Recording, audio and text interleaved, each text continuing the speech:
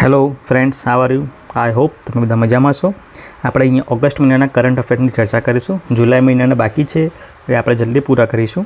તો અહીંયાથી આપણે એવું વિચાર્યું કે ઓગસ્ટની સાથે સાથે રહીએ, એટલા માટે આપણે ઓગસ્ટના કરંટ અફેરની શરૂઆત કરીએ છીએ. તો લેક્ચરની શરૂઆત કરતા તમામ મિત્રોને ફરીથી એક વિનંતી કે ચેનલને લાઇક કરે, શેર કરે અને સબસ્ક્રાઈબ કરે, અને જે ફર્સ્ટ વાર અહીંયા આવી રહ્યા છે ચેનલને ડીપલી જોવે, પૂરો વિડીયો એને જોવે એવી ખાસ વિનંતી છે. હવે પહેલી ઓગસ્ટથી આપણે શરૂઆત કરીએ છીએ. આજે 2 ઓગસ્ટ સુધી આપણે ચર્ચા કરવાનો ટ્રાય કરીશું. તો પહેલો છે draft national deep tech startup policy. જો અહીંયા સ્ટાર્ટઅપ લખ્યું છે એટલે તમને આઈડિયા આવી જવો જોઈએ કે આ શેનું લખ્યું છે. આ સ્ટાર્ટઅપને લગતી આખી એક સ્કીમ છે, બરાબર. તો સંદર્ભ આપણે બિઝનેસ સ્ટાન્ડર્ડનો છે, અને આખી જે છે એ શું છે તો national deep tech startup policy, એને શોર્ટમાં NDTSP કહે છે, બરાબર. એ નેશનલ કોન્સોર્ટિયમ દ્વારા પરામર્શ માટે બહાર પાડવામાં આવી છે. કન્સોર્ટિયમ દ્વારા એક પરામર્શ માટે જાહેર બહાર પાડવામાં આવી છે. એનો ઉદ્દેશ્ય શું છે તો ભારતીય ડીપ ટેક સ્ટાર્ટઅપ ઇકોસિસ્ટમને મજબૂત કરવું. આપણે જે ભારતના જે ઇકોસિસ્ટમ છે, સ્ટાર્ટઅપનું ઇકોસિસ્ટમને વિકસાવવા માટે, એને મજબૂત કરવા માટે, અને તેની સામે જે પડકારો છે એ પડકારોને ટેકલ કરવા માટે એનો મુખ્ય ઉદ્દેશ્ય છે, બરાબર. તો આપણે પહેલાં જોઈએ કે ડીપ ટેક શું છે એકચ્યુઅલી. તો ડીપ ટેક એ કશું જ નથી. અત્યારના જે આર્ટિફિશિયલ ઇન્ટેલિજન્સ છે, બરાબર, એ મશીન લર્નિંગ છે, એને ડીપ ટેક કહી શકાય. તો ડીપ ટેક એ એક અદ્યતન ટેકનોલોજીનો સંદર્ભ આપે છે, જે નોંધપાત્ર વૈજ્ઞાનિક અને એન્જિનિયરિંગ નવીનતાઓ પર આધારિત છે. એટલે જે વૈજ્ઞાનિક અને એન્જિનિયરિંગનું જે મિશ્રણ છે એ જે નવીનતાઓ આવે છે, દાખલા તરીકે આપણે જોઈ શકીએ આર્ટિફિશિયલ ઇન્ટેલિજન્સ અને રોબોટ્સ હોય, મશીન લર્નિંગ હોય, તો એ ડીપ ટેકના ઉદાહરણો છે. તો તેમાં મુખ્ય શું તે સામેલ છે? તેમાં અત્યાધુનિક અલ્ગોરિધમ અને મોડલનો વિકાસ સામેલ છે, જે મશીનોને ડેટામાંથી શીખવા અને બુદ્ધિશાળી નિર્ણયો લેવા સક્ષમ બનાવે છે. બેઝિકલી આવે છે જે પણ મશીન લર્નિંગ હોય અથવા જે આર્ટિફિશિયલ ઇન્ટેલિજન્સ હોય, એમાં ડેટા ફિટ કરેલા હોય, એ ડેટાને આધારે એ લોકો તર્ક સંબંધ નિર્ણયો લેતા હોય છે. તો ડીપ ટેક એને કહી શકાય, બરાબર. હવે ભારતમાં કેવી સ્થિતિ છે? શું આપણે એને સક્ષમ બનાવવા, પડકાર ટેકલ કરવા માટે સક્ષમ છીએ ખરા? તો ભારતમાં હાલ 300થી 326થી વધુ, બરાબર, જે છે ઇન્ક્યુબેટર્સ છે, બરાબર, અને એક્સિલેટર્સ સાથે વિશ્વમાં ત્રીજું મોટું થર્ડ સ્થાન છે આપણું, બરાબર. ત્રીજું સ્થાન છે શેમાં? સ્ટાર્ટઅપના ક્ષેત્રમાં, બરાબર. તો અત્યારે આપણું કેવું સ્થાન છે? થર્ડ સ્થાન છે અત્યારે આપણે, બરાબર. ડ્રાફ્ટ કોને આધારિત? તો નીચેની થીમ પર આધારિત છે. આપણે પેલા લગભગ 14% ડીપ ટેક સાથે સંકળાય. જેટલા પણ સ્ટાર્ટઅપ છે ટેકનોલોજીને એન્જિનિયરિંગ સાથે 14% સંકળાયેલા છે, બરાબર. તો આપણે એક ત્રીજું મોટું સ્ટાર્ટઅપ ઇકોસિસ્ટમ ધરાવીએ છીએ, છતાં હજુ આપણે એમાં ઘણા બધા પછાડ રહી ગયા છે. તો એના કારણો પણ આપણે આગળ જોઈશું. તો સંશોધન, વિકાસ અને નવીનતાનું પોષણબદ્ધ સંપત્તિ શાસનને મજબૂત બનાવજો. થોડું જે ગુજરાતી થોડું ટિપિકલ થશે, તો એટલું છે કે જે સ્ટાર્ટઅપ ક્ષેત્રમાં સંશોધન કરવું, રિસર્ચ એન્ડ ડેવલપમેન્ટ અને નવી ટેકનોલોજી જે અંદર લાવવું છે, એને ઇન્ટેલેક્ચ્યુઅલ પ્રોપર્ટી રાઇટ્સ કહેવામાં છે, એને આપણે મજબૂત બનાવવું, બરાબર. ભંડોળની એક્સેસની સુવિધા વધારી. જો કોઈ પણ બિઝનેસ હોય એને આગળ વધવા માટે શેની જરૂર પડે? મૂડીની, બરાબર. કેપિટલ એ એક મહત્ત્વનો સ્ત્રોત છે કોઈ પણ બિઝનેસનો, કોઈ પણ ઇકોનોમીનો, જેને કેપિટલ કહેવાય, બરાબર. એ કેપિટલ અને એક લેન્ડ, બરાબર. આ બે વસ્તુ ખૂબ જ મહત્ત્વની છે કોઈ પણ ઉદ્યોગને વિકસિત થવા માટે, બરાબર. તો લેન્ડ તો મળી જાય, અથવા અમુક એવા બિઝનેસ એમાં ખાસ લેન્ડની જરૂર નથી પડતી, પરંતુ એમાં આપણે શેની જરૂર પડે છે? મૂડીની જરૂર પડે છે. તો મૂડીની સુધી પહોંચ વધારવી, વહેંચાયેલા ઇન્ફ્રાસ્ટ્રક્ચર અને રિસોર્સ શેરિંગને સક્ષમ કરવું. આપણું જે ઇન્ફ્રાસ્ટ્રક્ચર છે અને રિસોર્સિસ છે એ ખૂબ જ વહેંચાયેલી સ્થિતિમાં છે, મીન્સ એક પ્રોપર સેન્સમાં નથી. એના આપણી પાસે ધારો કે સ્ટાર્ટઅપ છે, તો સ્ટાર્ટઅપના આપણે પૂરતા ડેટા નથી આપણી પાસે, તો એ રિસોર્સિસ શેરિંગ કરવું, બરાબર, અને ડેટા એક્સેસ કરવા. રિસોર્સિસ શેરિંગ એટલે દરેક જગ્યાએ પૂરતા પ્રમાણમાં કોઈ રિસોર્સ નથી, તો જેટલા પણ અવેલેબલ છે એનો ઇષ્ટતમ ઉપયોગ કરવો શેર કરીને, બરાબર. અનુકૂળ નિયમો, ધોરણો, પ્રમાણપત્રો બનાવી માનવ સંસાધનોને આકર્ષવા અને ક્ષમતા નિર્ણયની શરૂઆત કરવી. તો અનુકૂળ નિયમો, ઇઝ ઓફ ડુઈંગ તમે બિઝનેસ સાંભળ્યું હશે. ઇઝ ઓફ ડુઈંગ બિઝનેસ તો શા માટે છે? તો જે સ્ટાર્ટઅપ છે એને પોતાનું બિઝનેસ શરૂ કરવામાં ખાસ તકલીફ ના પડે એ માટે ઇઝ ઓફ ડુઈંગ બિઝનેસ, બરાબર. એટલે નિયમો હળવા કરવા. તમને ખબર હશે કે હમણાં ઘણા બધા નિયમો ઘટાડ્યા છે. એના ધારાધોરણો ખૂબ જ હળવા કરવા અને પછી પ્રમાણપત્રો બી બનાવી આપવા, બરાબર. માનવ સંસાધનોને આકર્ષવા અને ક્ષમતા નિર્માણની શરૂઆત કરવી. આપણે જે માનવ સંસાધનો છે એને આ ક્ષેત્રમાં આકર્ષવા માટે, લોકોને સ્ટાર્ટઅપ ક્ષેત્રમાં આકર્ષવા અને એને સક્ષમ બનાવવાની શરૂઆત કરી. પ્રાપ્તિ અને દત્તકોને પ્રોત્સાહન આપવું, નીતિ અને પ્રોગ્રામ ઇન્ટેલિજન્સની ખાતરી કરવી, ડીપ ટેક સ્ટાર્ટઅપને ટકાવી રાખવું. તો આટલા એના ઉદ્દેશો છે. બરાબર, આઈ હોપ તમને ક્લિયર થઈ ગયું હશે. પછી આ નેશનલ કોન્સોર્ટિયમ્સ તમે સાંભળ્યું છે શું છે? તો મોંગોમેરી એ ભારતીય ડીપ ટેક સ્ટાર્ટઅપ ઇકોસિસ્ટમ માટે વ્યાપક નીતિ માળખું પ્રસ્તાવિત કરવા માટે વડાપ્રધાનની વિજ્ઞાન, ટેકનોલોજી અને ઇનોવેશન એડવાઇઝરી કાઉન્સિલ, બરાબર, ની ભલામણ સ્થપાયેલી એક સ્ટોટ્સની સંસ્થા છે. મીન્સ એવી સંસ્થા છે જેને કોની ભલામણથી સ્થપાઈ છે? વડાપ્રધાનની ભલામણથી સ્થાપવામાં આવી છે. બરાબર, એ ડીપ ટેક સ્ટાર્ટઅપની જે પણ બિઝનેસ છે, એ ઇકોસિસ્ટમ છે, એને કોન્સોલિડેટ કરવા માટે એક માળખું બનાવ્યું છે. બરાબર, એ માળખું જે બનાવ્યું છે એક શેની અંદર બનાવ્યું છે? PM સ્ટીક એક. બરાબર, તો એનું પૂરું નામ જો આગળ આપણે જોઈ લઈશું. બરાબર, તો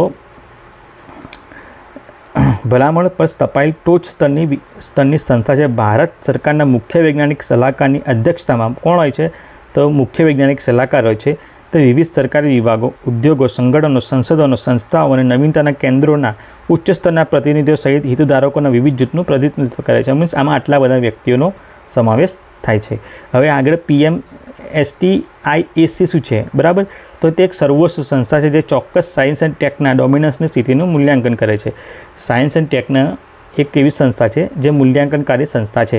એ પડકારોને સમજે છે, તાત્કાલિક, મધ્યમ અને લોંગ, બરાબર, ગાળાના જે હસ્તક્ષેપો હોય છે એની રચના કરે છે અને વડાપ્રધાનને રોડમેપ રજૂ કરે છે કે ભાઈ આટલી આપણી સમસ્યાઓ છે, આટલા પડકારો છે અને આપણે આ રીતે એને ઉકેલવા જોઈએ, ઇકોસિસ્ટમ આવી રીતે મજબૂત બનાવવી જોઈએ એવી રજૂઆત કરે છે. તેને 9 રાષ્ટ્રીય વિજ્ઞાન મેળાની ઓળખ કરી છે જેનો ઉદ્દેશ્ય ભારતના ટકાઉ વિકાસને સુનિશ્ચિત કરવા માટે મોટા વૈજ્ઞાનિક પડકારોનો સામનો કરવાનો છે. બરાબર, તો તેને 9 એવા રાષ્ટ્રીય વિજ્ઞાન મેળાઓની પણ ઓળખ કરી છે અને તેનો મુખ્ય ઉદ્દેશ શું છે? PM સ્ટેકનો, તો ભારતના ટકાઉ વિકાસને મજબૂત કરવું. કોને મદદથી? વૈજ્ઞાનિક અભિગમના મદદથી. તો વૈજ્ઞાનિક અભિગમની મદદથી એને પડકારને મજબૂત કરવું હોય, તે પડકારોનો સામનો કરવો હોય તો એનો ઉકેલ લાવવા માટેની એક સંસ્થા છે. ત્યાર પછી બીજું એક આ પ્રવાસન નીતિનો આખો ક્વેશ્ચન છે. બરાબર, તો એ આપણે જોઈશું. તો આપણી જે રાષ્ટ્રીય પ્રવાસન નીતિનો ડ્રાફ્ટ, બરાબર, એ PIB આપણે જે સ્ત્રોતમાંથી લીધો છે. તો આર્થિક ક્ષેત્રમાં પ્રવાસનને એક મુદ્દો છે. બરાબર, તો પ્રવાસન તમને એક્ઝામમાં પૂછાય, પ્રવાસન ક્ષેત્રે ભારતનું શું સ્થિતિ છે, તેની સમક્ષ પડકારોનું મૂલ્યાંકન કરો અને એના ઉપાયો બતાવો. તો ભારતીય પ્રવાસન મંત્રાલયે અર્થતંત્રના પર્યટનના યોગદાનને વધારવાના મુખ્ય વ્યૂહાત્મક ઉદ્દેશો સાથે રાષ્ટ્રીય પ્રવાસન નીતિનો મુસદ્દો તૈયાર કર્યો છે. તમને ખબર છે કે વિશ્વમાં ઘણા બધા એવા દેશ છે જેમની ઇકોનોમી માત્ર ને માત્ર પ્રવાસન પર ટકી છે, ટુરિઝમ પર. દાખલા તરીકે હોંગકોંગ છે, થાઈલેન્ડ છે, બરાબર. તો એ બધા દેશો જે છે, મલેશિયા છે, તો એમની ઇકોનોમી મુખ્યત્વે આના આધારિત છે. શ્રીલંકા છે, બરાબર, તો એ પ્રવાસન નીતિને આધારિત છે. તો આપણે પણ એ નીતિ અપનાવવા જઈ રહ્યા છે. બરાબર, તો નીતિના મુખ્ય વ્યૂહાત્મક ઉદ્દેશો શું છે? તો મુલાકાત, રોકાણ અને ખર્ચ વધારીને ભારતને આખું વર્ષ પ્રવાસન સ્થળ બનાવવાની, અર્થતંત્રમાં પ્રવાસનનું યોગદાન વધારવું. બરાબર, તો બેઝિકલી વિદેશના લોકોને આપણે પ્રોત્સાહિત કરવા કે તમે ઇન્ડિયામાં આવો અને પ્રવાસન કરો. એનાથી આપણને વિદેશી ઊંડિયા પણ મળશે, આપણી ઇકોનોમી મજબૂત પણ મળશે અને જે રોજગાર આ પ્રવાસન ક્ષેત્ર સાથે જે લોકો સંકળાયેલા છે એમને રોજગારી મળશે. પ્રવાસન ક્ષેત્રમાં નોકરીઓ અને ઉદ્યોગ સાહસિક તકોનું સર્જન કરવું. બરાબર, ઉદ્યોગ સાહસિક તકોનું એ લોકો શું કરશે? સર્જન કરશે. એટલે મીન્સ રોજગાર પ્રાપ્તિ થશે એમને, શોર્ટમાં આપણે એવું કહી શકીએ. બરાબર, પ્રવાસ કરવી, પ્રવાસન સ્થળોની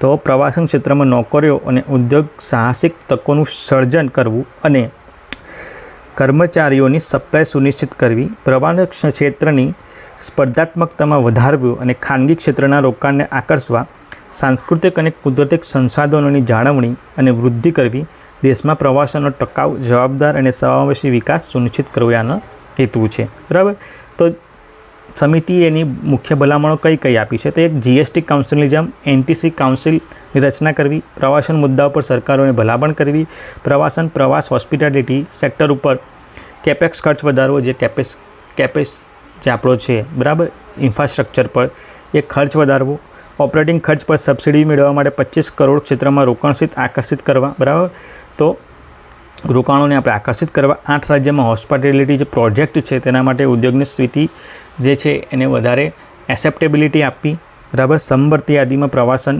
જે આપણો જે મુદ્દો છે એને સમવર્તીમાં કરવો. હાલમાં રાજ્યનો વિષય છે, પણ એને સમવર્તીમાં આપણે એડ કરીએ તો કેન્દ્ર અને રાજ્ય બંને એની પર મળીને કામ કરે, બરાબર. પ્રવાસન ક્ષેત્રે રોગચાળા સંબંધિત મુદ્દાને સરળ બનાવવા.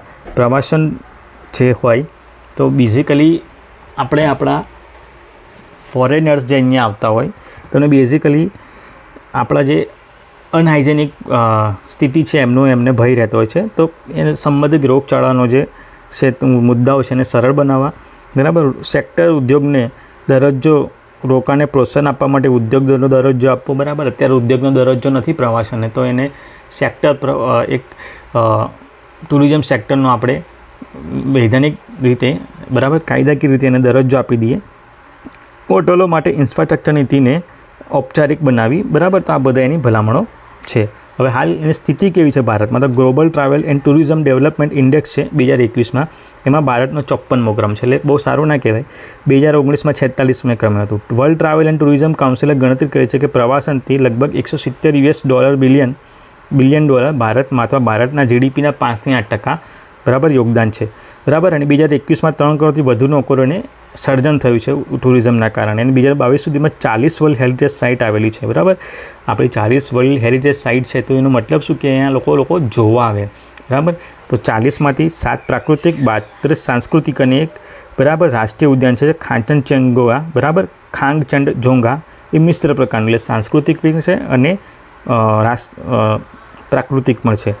વિશ્વમાં વિરાસત સ્થળોમાં ભારત 6થા ક્રમે છે. લગભગ જેટલા વધારે વિરાસત સ્થળો હોય, વિશ્વ વિરાસત સ્થળો, એમાં ભારત 6થા ક્રમે છે. તો પ્રવાસનની સ્થિતિનો એક મુદ્દો છે. હવે શું છે કે પ્રવાસનને ટેકો આપવા માટે તમામ પ્રકારના ઇન્ફ્રાસ્ટ્રક્ચર, ભૌતિક, સામાજિક અને ડિજિટલનો ઝડપી વિકાસ કરવો. પ્રવાસીઓની સલામતીને સુનિશ્ચિત નક્કી કરવી, બરાબર, એ આપણી પ્રાથમિકતા છે. અને તેમના અનુભવને વધારવા માટે એક સત્તાવાર માર્ગદર્શિકા પ્રણાલી રજૂ કરી શકાય, બરાબર. એટલે સત્તાવાર નોટિફિકેશન બહાર પાડવું. વિશાળ કદ અને વૈવિધ્યસભર પ્રાકૃતિક, ભૌગોલિક, સાંસ્કૃતિક અને કલાત્મક તકો પર્યટન ઉદ્યોગ માટેની તેની ક્ષમતાને ખીલવા માટે તેનો લાભ ઉઠાવવાની 1000 તકો રજૂ કરે છે. મીન્સ બેઝિકલી આટલા સ્ટાન્ડ ટેકનો ઉપયોગ કરવો, ઇન્ફ્રાસ્ટ્રક્ચર ડેવલપમેન્ટ કરવું, પ્રવાસી જે બીજા દેશમાંથી આવે છે એમની આપણે સિક્યુરિટી એમની વધારવી, બરાબર. એના માટે માર્ગદર્શિકા, બરાબર, એક ગાઈડલાઇન બહાર પાડવી, બરાબર. અને જેટલા પણ આપણા પ્રાકૃતિક, ભૌગોલિક, સાંસ્કૃતિક કલાત્મક તકો છે, બરાબર, કલાત્મકતા છે, બરાબર, એ પર્યટન ઉદ્યોગમાં એનો સમાવેશ કરીને એમને ફ્લરિશ કરવાની તક આપવી. ભારતની ચીપ ડિઝાઇન ઇકોસિસ્ટમ પછી છે. ભારતની જે ચીપ ડિઝાઇન ઇકોસિસ્ટમ છે, બરાબર, એના પર ક્વેશ્ચન છે, બરાબર. તો એ ઉદ્યોગ નીતિમાં આવે છે. તો એકચ્યુઅલી સંદર્ભ શું છે? તો સ્થાનિક સેમિકન્ડક્ટર ઉદ્યોગ, બરાબર, ડોમેસ્ટિક જે આપણું છે, બરાબર, ડિઝાઇન લિંક ઇન્સેન્ટિવ યોજના લાવે છે. તો ભારત સરકારે સ્થાનિક ચીપ ડિઝાઇન બનાવતી કંપનીઓમાં ઇક્વિટી શેર હિસ્સો પસંદ કરવાના પ્રસ્તાવ પર વિચાર કરી રહી છે, બરાબર. તમે કહેશો કે સેમિકન્ડક્ટરના ક્ષેત્રમાં ભારત છેલ્લા 2-3 વર્ષથી ખાસ કરીને કોરોના પછી ખાસ પ્રયત્નશીલ રહ્યું છે. તો જે સ્થાનિક ક્ષેત્રે વધારે ઉત્પાદન થાય, વધારે લોકો પ્રોત્સાહન થાય, એના માટે ડિઝાઇન લિંક ઇન્સેન્ટિવ નામની એક યોજના લાવવામાં આવ્યા છે, બરાબર. તો સ્થાનિક ચીપ ઉદ્યોગોનું ઉદ્દેશ્ય શું છે? તો વૈશ્વિક સેમિકન્ડક્ટર કંપનીઓ માટે ભારત એક મહત્ત્વપૂર્ણ સ્થળ છે, બરાબર. અહીંયા ચીપ લેબર મળી રહે છે ભારતમાં, સસ્તા પ્રમાણમાં મજૂરો મળી રહે છે, બરાબર. મુખ્યત્વે કન્ડક્ટર ડિઝાઇન એન્જિનિયરોના ઉચ્ચ કુશળ પ્રતિભા પૂલને કારણે જેઓ વિશ્વના કર્મચારીઓના 20% બનાવે છે, બરાબર. એટલે લગભગ 20% અહીંયા આ ક્ષેત્રમાં એન્જિનિયરો જે છે એ ડિઝાઇન ક્ષેત્રમાં છે, બરાબર. ભારતમાં દર વર્ષે લગભગ 2000 ઇન્ટિગ્રેટેડ સર્કિટ અને ચિપ્સ ડિઝાઇન કરવામાં આવે છે, બરાબર. એટલે 20% એનું પ્રમાણ છે, લગભગ 2000, બરાબર. દેશમાં રિસર્ચ એન્ડ ડેવલપમેન્ટમાં કાર્યરત વૈશ્વિક જે સંસ્થાઓ છે એમાં ઇન્ટેલ, માઇક્રોન, ક્વાલાકોમ વગેરેનો સમાવેશ થાય છે. DLI સ્કીમને પગલે ભારતમાં 30થી વધુ સેમિકન્ડક્ટર ડિઝાઇન સ્ટાર્ટઅપની શરૂઆત થશે, બરાબર. જેમાં 5ને પહેલાંથી સરકારી સમર્થન પ્રાપ્ત છે. જો કોઈ સ્ટાર્ટઅપ કરી રહ્યું છે, બરાબર, કોઈ કંપની છે, લેટ મી ટેલ યુ, અને કોઈ કંપની છે એ કોઈ વિષયમાં સ્ટાર્ટઅપ કરી રહી છે, બરાબર. તો એને ઇન્સેન્ટિવ આપવામાં આવશે, બરાબર. અને એ ઇન્સેન્ટિવની આધારે પોતાનું રજિસ્ટ્રેશન કરશે અને એને પ્રોત્સાહન મળશે, બરાબર. તો એવી અત્યારે લગભગ 30થી વધુ કંપનીઓ છે જે ચિપ ડિઝાઇનના ક્ષેત્રમાં આગળ છે, બરાબર. એમાં પેસને પહેલાંથી સરકારી સમર્થન એટલે સહાય પ્રાપ્ત થઈ રહી છે, બરાબર. ભારતમાં કયા પગલાં છે? તો સેમિકન્ડક્ટર મિશન 2021માં શરૂ કરવામાં આવેલું, બરાબર. તેનો હેતુ ઇલેક્ટ્રોનિક્સ મેન્યુફેક્ચરિંગ અને ડિઝાઇન માટે વૈશ્વિક હબ તરીકે ભારતના ઉદ્ભવને સક્ષમ કરવા માટે વાયબ્રન્ટ સેમિકન્ડક્ટર અને ડિસ્પ્લે ઇકોસિસ્ટમ બનાવવાનો છે. તો semiconductor mission, Indian semiconductor mission, જેને ISM કહેવામાં આવે છે, 2021માં શરૂ થયો હતો. તો સેમિકન્ડક્ટર હબ બનાવવાની શરૂઆત ભારત અહીંયાથી થઈ છે, બરાબર. સેમિકન ઇન્ડિયા પ્રોગ્રામ શું છે? તો તેને 2021માં ટકાઉ સેમિકન્ડક્ટર અને ડિસ્પ્લે ઇકોસિસ્ટમના વિકાસ માટે લગભગ 76,000 કરોડના યોજનાની અન્વયે મંજૂરી આપવામાં આવી હતી. સેમિકોન ઇન્ડિયા 2023 કોન્ક્લેવમાં ભારતીય PMએ વૈશ્વિક એકાંકોને એક મજબૂત પીચ આપતા કહ્યું કે ભારત કંડક્ટર અને ચિપ નિર્માણ ઉદ્યોગના વૈશ્વિક હબ તરીકે ઉભરી આવશે. ચંદીગઢમાં શું બનાવવામાં આવશે? સેમિકન્ડક્ટર કોમ્પ્લેક્સ લિમિટેડના આધુનિકરણ માટે તેને બ્રાઉન ફિલ્ડ ચિપ મેન્યુફેક્ચરિંગ યુનિટમાં રૂપાંતરિત કરવા માટે મંજૂરી આપવામાં આવી છે, બરાબર. તો પીચમાં એમણે કહ્યું કે તમે વિશ્વના બીજી જુદી સંસ્થાઓને આવવાના આપે કે આવો તમે ભારતમાં આવીને રોકાણ કરો, કારણ કે અહીંયા તમને સસ્તા પ્રમાણમાં લેબર મળી રહેશે, લેન્ડ પણ મળી રહેશે અને એક એવું ઇકોસિસ્ટમ પણ મળી રહેશે, બરાબર. તો ચંદીગઢમાં જે સેમિકન્ડક્ટર કોમ્પ્લેક્સ લિમિટેડ છે એનું આધુનિકીકરણ કરવા માટે અને તેને બ્રાઉન ફિલ્ડ ચિપ મેન્યુફેક્ચરિંગ યુનિટમાં રૂપાંતરિત કરવા માટે મંજૂરી આપવામાં આવી છે. સરકારે semiconductor development, manufacturing, research, design અને ટેલેન્ટ ડેવલપમેન્ટ પર સહયોગ માટે US અને જાપાન સાથે કરારો પણ કર્યા છે, કારણ કે બંને દેશોની ટેકનોલોજીનો આપણે ઉપયોગ કરવાનો રહેશે. DLI યોજના શું છે? બરાબર. તો 2021માં મેતી, બરાબર, જે મિનિસ્ટ્રી જે આપણી જે ઉદ્યોગની છે મેતી દ્વારા શરૂ કરવામાં આવી હતી, બરાબર. તેનો ઉદ્દેશ ભારતમાં ફેબ્સ અથવા સેમિકન્ડક્ટર નિર્માણ પ્લાન્ટ સ્થાપિત કરતી કંપનીઓને નાણાકીય અને માળખાકીય સહાય પૂરો પાડવાનો છે. લિંક ઇન્સેન્ટિવ એટલે નાણાકીય અને માળખાકીય સુવિધા પૂરી પાડવાની એક યોજના છે. તે દેશમાં ફેબ્સ સેટ કરી શકે તેવા પાત્ર સહભાગીને કુલ ખર્ચના 50%, બરાબર, એટલે મહત્તમ 15 કરોડ સુધી નાણાકીય સપોર્ટ ઓફર કરશે. આ PLMનો ક્વેશ્ચન થઈ ગયો તમારા માટે.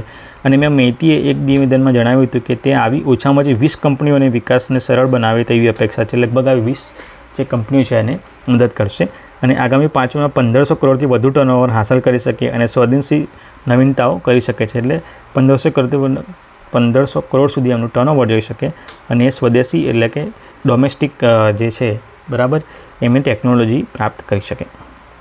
હવે ભારતમાં સેમિકન્ડક્ટર ઉદ્યોગ કયા પ્રકારનો સામનો કરી રહ્યા છે એ મહત્ત્વનો ક્વેશ્ચન છે. તો ક્ષેત્રમાં મૂડી સઘન ક્ષેત્ર છે, એટલે મૂડી સઘન એટલે મોટા પ્રમાણમાં રૂપિયાની જરૂર પડે છે, બરાબર. તેથી સેમિકન્ડક્ટર ઉદ્યોગ તરફ નિર્દેશિત કોઈપણ નીતિ માટે લાંબા ગાળાની વ્યૂહરચના, લોંગ ટર્મ પોલિસીની જરૂર પડે. રોકાણમાંથી વળતર તાત્કાલિક નથી મળતું. તમે કોઈ એક સ્ટાર્ટઅપ ચાલુ કરો, બરાબર, તો એમાં જલ્દી તમને વળતર નથી મળતું. તો સેમિકન્ડક્ટર પણ એવી સ્થિતિ છે.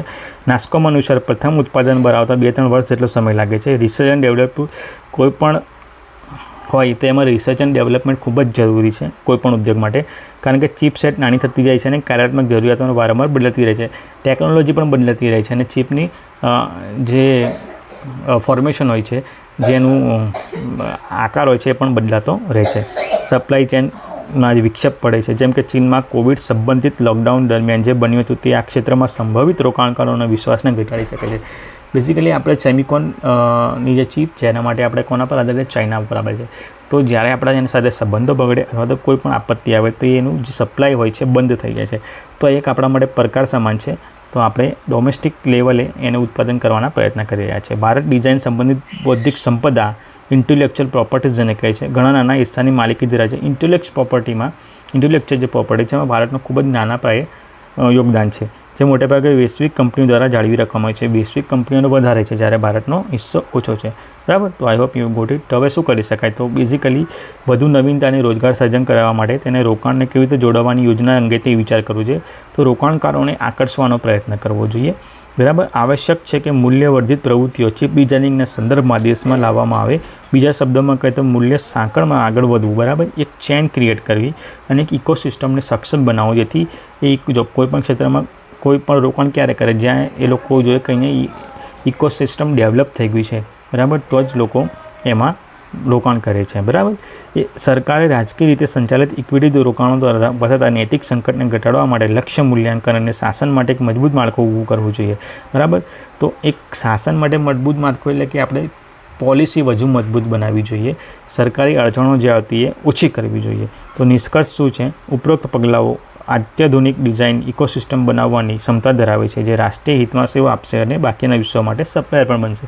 એટલે આપણે જો એમાં આગળ વધીશું તો આપણે નેશન માટે પણ આપણે ઉપયોગી થશે અને આપણે એની સેવાનો લાભ બીજા લોકોને પણ આપી શકીશું.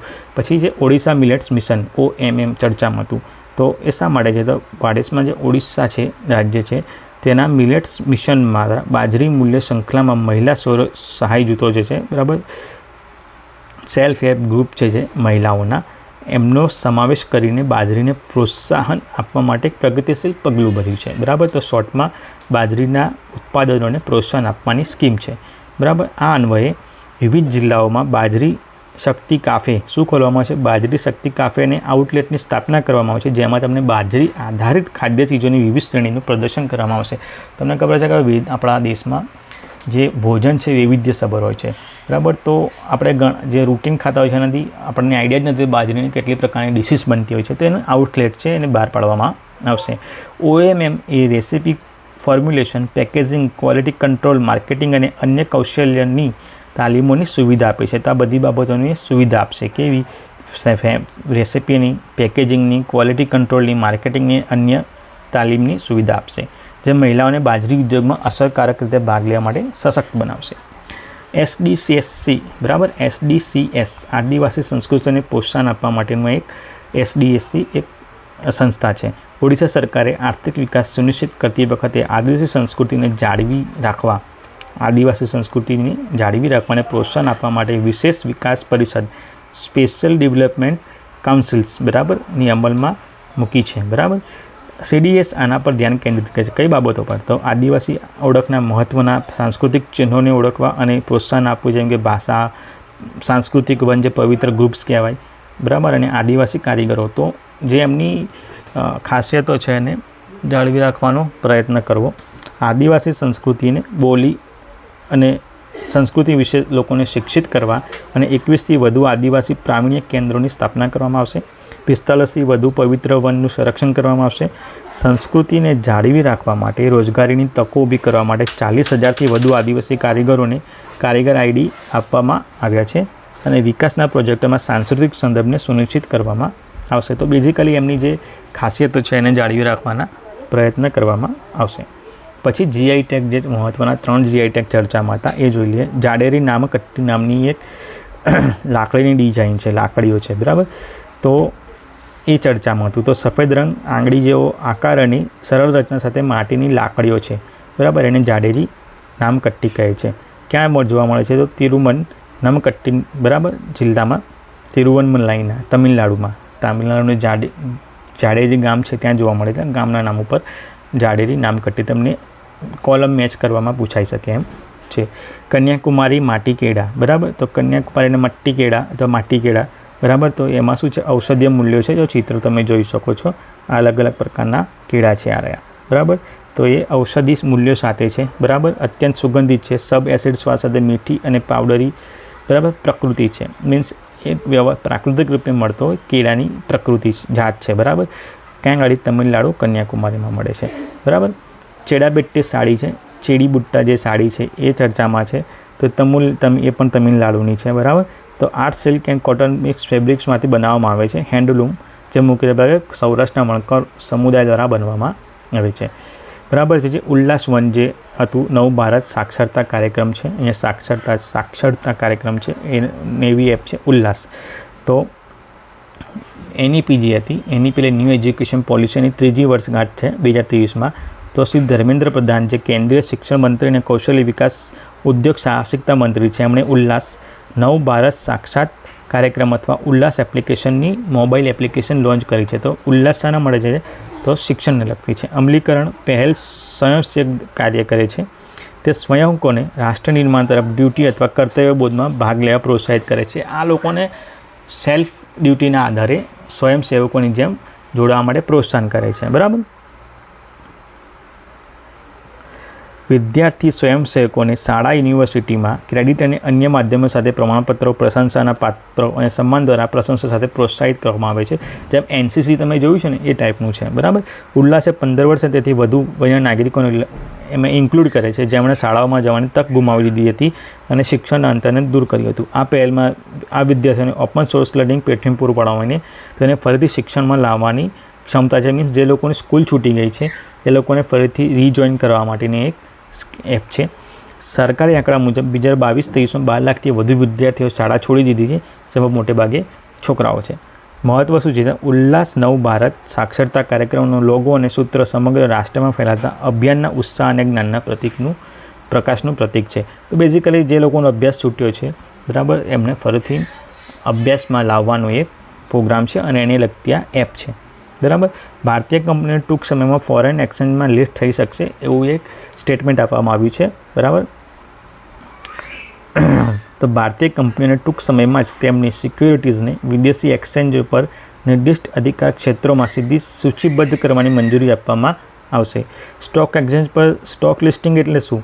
તો સ્ટોક એક્સચેન્જ પર લિસ્ટિંગ એવી પ્રક્રિયા છે જેના દ્વારા કંપનીના શેર અથવા સિક્યુરિટી, કોઈ એક કંપની છે એ લિસ્ટિંગ કરે છે તો એના શેર અથવા સિક્યુરિટીઝ એક્સચેન્જમાં જાહેર ટ્રેડિંગ માટે ઉપલબ્ધ કરવામાં આવે છે. એ એક્સચેન્જ ઉપરથી કોઈ ખરીદ અથવા વેચાણ એના કરી શકે છે. બરાબર. જે શેરબજારમાં રોકાણ કરતો હશે એમને વધારે આઈડિયા આવતી હશે.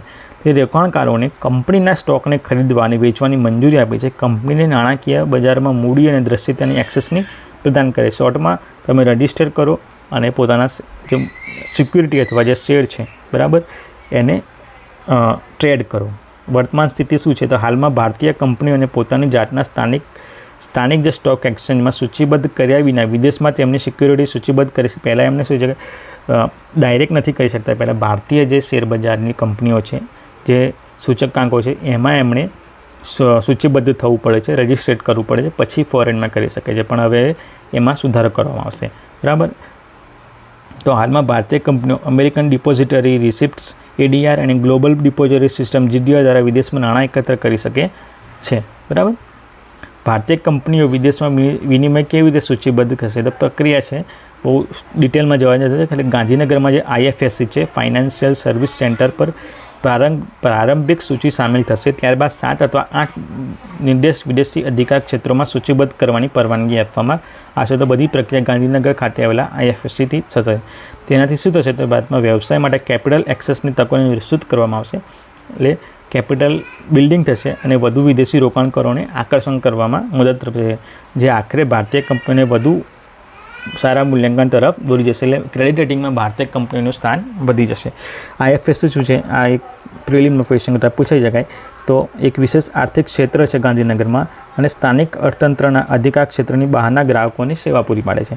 તે ભારતીય અને વિદેશી કંપનીઓને વિદેશી ચલણમાં ઓફશોર બેન્કિંગ માટે, વીમા અને સિક્યુરિટીઝ ટ્રેડિંગ સહિતની વિવિધ નાણાકીય પ્રવૃત્તિઓ કરવા માટે, ટૂંકમાં દેશની કંપનીઓને અને વિવિધ નાણાકીય પ્રવૃત્તિ પૂરવા માટેની એક પ્લેટફોર્મ પૂરું પાડે છે. હવે જે ગોબરધન જે છે એ ચર્ચામાં છે, બહુ જૂની સ્કીમ છે, યોજના છે, એ ચર્ચામાં છે. તો ગોબરધન પહેલ જેનો હેતુ બાયોગેસ અને કમ્પ્રેસ્ડ બાયોગેસ દ્વારા કચરાને સંપત્તિમાં રૂપાંતરિત કરવાનો છે અને તેને આશાસ્પદ પરિણામો દર્શાવે છે. સક્સેસ ગઈ છે થોડી ઘણી, તો એ ચર્ચામાં છે. તો શું છે? તો ગોબરધન માટેના યુનિફાઈડ રજિસ્ટ્રેશન પોર્ટલને તેને શરૂઆતથી માત્ર 60 દિવસમાં 320 CBG પ્લાન્ટ સહિત 1200થી વધુ બાયોગેસ પ્લાન્ટ માટે વિનંતીઓ મળી છે. બસ 1200થી વધુ પ્લાન્ટ રજિસ્ટર થયા છે.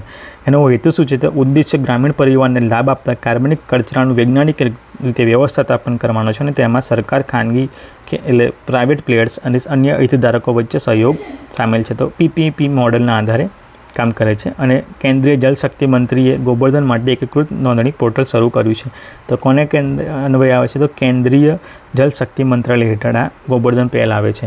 બરાબર. આખો બાયોગેસ પ્લાન્ટ જે કેવી રીતે બને છે એની આખી એક પ્રોસેસ છે. બરાબર. ગોબરધન ઇનિશિયેટિવ શું હતું? તો 2018માં લોન્ચ કરવામાં આવ્યું હતું. Galvanising organic bio agro resources ધન, બરાબર, એને ગોબરધન કહે છે. એનું મુખ્ય શું છે? સર્ક્યુલર ઇકોનોમીને પ્રોત્સાહન કરવાનું છે. ઉદ્દેશ્ય મુખ્ય છે કચરા સાથે સંપત્તિમાં રૂપાંતરિત કચરો જે છે એને વેસ્ટ કરવાની પ્રક્રિયા છે, એમાંથી ગેસ ઉત્પન્ન કરવાની એક પ્રક્રિયા છે. નોડલ મંત્રાલય પીવાના પાણી અને સ્વચ્છતા વિભાગ જલશક્તિ મંત્રાલય છે. સોલિડ વેસ્ટ મેનેજમેન્ટ હેઠળ, બરાબર, અને સ્વચ્છતા જે મિશન છે ગ્રામીણ એનું બેનો એક ભાગ છે. એક્ઝામમાં આવી તો તમને પૂછે કે 12 નથી છે તો એ તમને યાદ રહેવું જોઈએ. સરકાર પશુ અને જૈવિક કચરાના સુરક્ષિત નિકાલ માટે ટેકનિકલ સહાય અને જિલ્લા દીઠ 50 લાખ સુધીની નાણાકીય સહાય પૂરી પાડે છે. એટલે ટેકનિકલ સહાય આપે છે અને જિલ્લા દીઠ 50 લાખની નાણાકીય સહાય પૂરી પાડે છે. વર્લ્ડ કોઈન શું છે? તો વર્લ્ડ કોઈન એ ડિજિટલ નેટવર્ક બનાવવાની એક પહેલ છે. આખા વર્લ્ડની એક કોઈન બનાવવાની એક પહેલ છે જેમાં વ્યક્તિઓનો હિસ્સો દાવો કરી શકે અને ડિજિટલ અર્થતંત્રમાં જોડાઈ શકે છે. ડિજિટલ અર્થતંત્રમાં જોડવાની એક પહેલ છે. આ પ્રોજેક્ટમાં બાયોમેટ્રિક ડેટા એકત્રિત કરવા અને તેમને વર્લ્ડ આઈડી જારી કરવા માટે ઓર્બ નામના ઉપકરણ દ્વારા વ્યક્તિઓના ઇરીઝને સ્કેન કરવાનો સમાવેશ થાય છે. બદલામાં સહભાગીઓને વર્લ્ડ કોઈન WT નામની ક્રિપ્ટોકરન્સી મળશે. એ ક્રિપ્ટોકરન્સી છે એના માટે આ ચર્ચામાં છે. તો શોર્ટમાં પૂછાય વર્લ્ડ કોઈન શું છે? તો એ ક્રિપ્ટોકરન્સી છે. એનો મુખ્ય હેતુ શું છે? વિશ્વની સૌથી મોટી ઓળખ અને નાણાકીય જાહેર નેટવર્ક બનાવવાનું છે. વર્લ્ડ કોઈન નેટવર્કનો એક ભાગ બનાવવા માટે વ્યક્તિઓ કયો ઓપરેટર ઓર્બ ઓપરેટર બની શકે છે અને અન્ય લોકોના આઈરાઇઝને સ્કેન કરીને અથવા તેઓ વર્લ્ડ આઈડી અને WLDD ક્રિપ્ટોકરન્સી પ્રાપ્ત કરવા માટે તેમના પોતાના આઈડી સ્કેન કરી શકે છે. બરાબર. મૂળ મુખ્યત્વે ક્રિપ્ટોકરન્સીને લગતું છે. વિશેષતા શું છે? તો કંઈ ડીપમાં જવાની જરૂર નથી. તો અનન્ય ભાગીદારીની ખાતરી કરવા અને ડુપ્લિકેશન ટાળવા માટે બાયોમેટ્રિક ડેટાનો ઉપયોગ કરે છે. તમારી આંખની પીપલ્સનો ઉપયોગ કરે છે. બરાબર. કંપનીના વપરાશકર્તાઓની ગોપ્યતા સુરક્ષા જાળવવામાં અને યુરોપના general data protection regulation bill જે છે યુરોપનું GDPR, બરાબર, એનું પાલન કરવાનું. ઝીરો નોલેજ પ્રૂફનો ઉપયોગ કરવો. WLDની કિંમતમાં શું છે? ફ્લક્ચ્યુએશન થાય, વધઘટ થયા કરીને તેની ટીકા કરવામાં આવે છે. ખાસ કરીને NSA વિસલબ્લોઅર એડવર્ડ સ્નોડન દ્વારા, બરાબર, NSAના જે વિસલબ્લોઅર એડવર્ડ સ્નોડન દ્વારા એની ખાસ ટીકા કરવામાં આવે છે. બરાબર. તો ચકાસણી માટે બાયોમેટ્રિક્સનો ઉપયોગ કરે છે આપણું. તો એક ડેટા આપણો જે વ્યક્તિગત ડેટા ઉપયોગ થાય છે એના કારણે ટીકા કરવામાં આવે છે. વર્લ્ડ કોઈન ભારતમાં રજૂ કરવામાં આવે છે જેમાં ઓર્બ ઓપરેટરો દ્વારા દિલ્હી, નોઈડા અને બેંગ્લોર 3 શહેરો, દિલ્હી, નોઈડા અને બેંગ્લોર જેવા શહેરોમાં 20 સ્થળોએ એ લોકોની આંખો સ્કેન કરે છે. મુખ્યત્વે આંખો સ્કેન કરીને ક્રિપ્ટોકરન્સી આપે છે. તે એ બેઝિકલી કોઈપણ દેશના નાગરિકોની ગોપનીયતાનો ભંગ કહેવાય. તો જોઈએ હવે આગળ શું છે.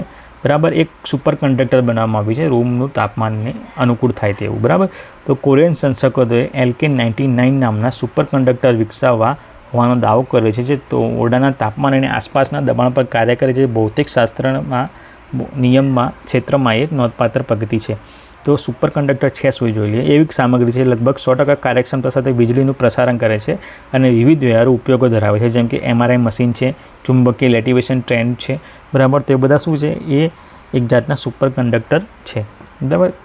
ખંડ એટલે રૂમ તાપમાનના સુપર કંડક્ટર અસંખ્ય લાભો છે જેમાં શીતકના ખર્ચમાં એટલે કે જેને ઠંડુ પાડવાનું એના ખર્ચમાં બચત થશે. વીજળીના ગ્રીડના કોમ્પ્યુટર ચિપ્સમાં મેગ્નેટ ટેન મેગ્નેટ ઉર્જા સંગ્રહ ઉપકરણો ફ્યુઝન રિએક્ટરનો ખર્ચ ઘટાડવાનો એમાં ખર્ચ ઘટશે કારણ કે બધાનું કામ એ કરી લેશે.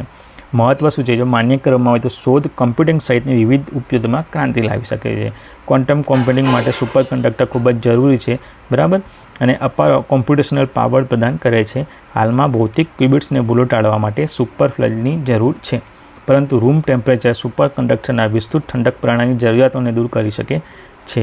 ક્વોન્ટમ કોમ્પ્યુટિંગને વધુ વ્યવહારુ અને સુલભ બનાવશે. તો શોર્ટમાં તમને પૂછી શકે છે કે LK-99 શું છે? તો એક રૂમ તાપમાન સુપર કંડક્ટર છે. તો આ હતા 1 ઓગસ્ટ સુધીના કરંટ અફેર. હજી 1-2 બાકી છે, આપણે જોઈ લઈએ. બરાબર. પછી છે જેમિની શું છે? તો જેમિની નામની નવી રક્ત પરીક્ષણ ટેકનોલોજી છે. એમાં કેન્સર જે છે એના સ્ટેજને લગતી માહિતી મળે છે. એટલે જેમિની ટૂંકમાં નવી રક્ત પરીક્ષણ ટેકનિક છે. તમે જોઈ લેજો અંદર. બરાબર. લર્નિંગ મશીન એક નવી રક્ત પરીક્ષણ ટેકનોલોજી વિકસાવી છે. બરાબર. જે DNAના સિગ્નલ પરમાણુઓના જીનોમ વાઇડ સિક્વન્સિંગનો ઉપયોગ કરે છે. આ ટેકનોલોજીમાં ફેફસાને અન્ય કેન્સરની અગાઉથી તપાસ કરવામાં ક્ષમતા મળે છે. એડવાન્સમાં આપણને આઈડિયા આવી શકે કે આપણને કયા પ્રકારનું કેન્સર થઈ શકે એમ છે. કેવી રીતે કામ કરે છે? જેમિની પરીક્ષણ કેન્સરનું જોખમ ધરાવતા વ્યક્તિઓ પાસેથી લોહીના નમૂના એકત્રિત કરીને શરૂ થાય છે. તો લોહીના નમૂના એકત્રિત કરે છે. બરાબર. આ નમૂના માટે ગાંઠો દ્વારા સેલ ફ્રી DNA, બરાબર, CF સેલ ફ્રી DNA શેડને ખર્ચ કાર્યક્ષમ સંપૂર્ણ જીનોમ સિક્વન્સિંગનો ઉપયોગ કરીને ક્રમબદ્ધ કરવામાં આવે છે. DNAના એકલ પરમાણુઓના ક્રમમાં ફેરફાર માટે વિશ્લેષણ કરવામાં આવે છે જે સમગ્ર જીનોમ પરિવર્તન રૂપરેખા પ્રદાન કરે છે. શોર્ટમાં તમારું બ્લડ સેમ્પલ લેશે, એનું જીનોમ સિક્વન્સિંગ કરશે અને એ સેલનું અધ્યયન કરશે અને આધારે તમારે કેન્સરની આગાહી કરશે. બરાબર. પછી કેન્સર બિન કેન્સર મ્યુટેશન ફ્રિકવન્સીમાં થતા ફેરફારોને ઓળખશે, જે કેન્સર થવાની સંભાવના દર્શાવતો સ્કોર જનરેટ કરશે. અમુક સ્કોર આપેલા હોય 25%, 50% વગેરે, તો એના આધારે એ લોકો શક્યતાઓ નક્કી કરે કે તમને આ પ્રકારની કેન્સર થવાની શક્યતાઓ છે. બરાબર. તો ટોકમાં જેમિની શું છે, તો કેન્સરની તપાસ માટેની એક બ્લડ ટેકનોલોજી છે, બ્લડ પરીક્ષણ ટેકનોલોજી છે. 2 ઓગસ્ટ છે, તો આપણે જોઈ જ લઈએ કેટલા છે, બહુ નથી.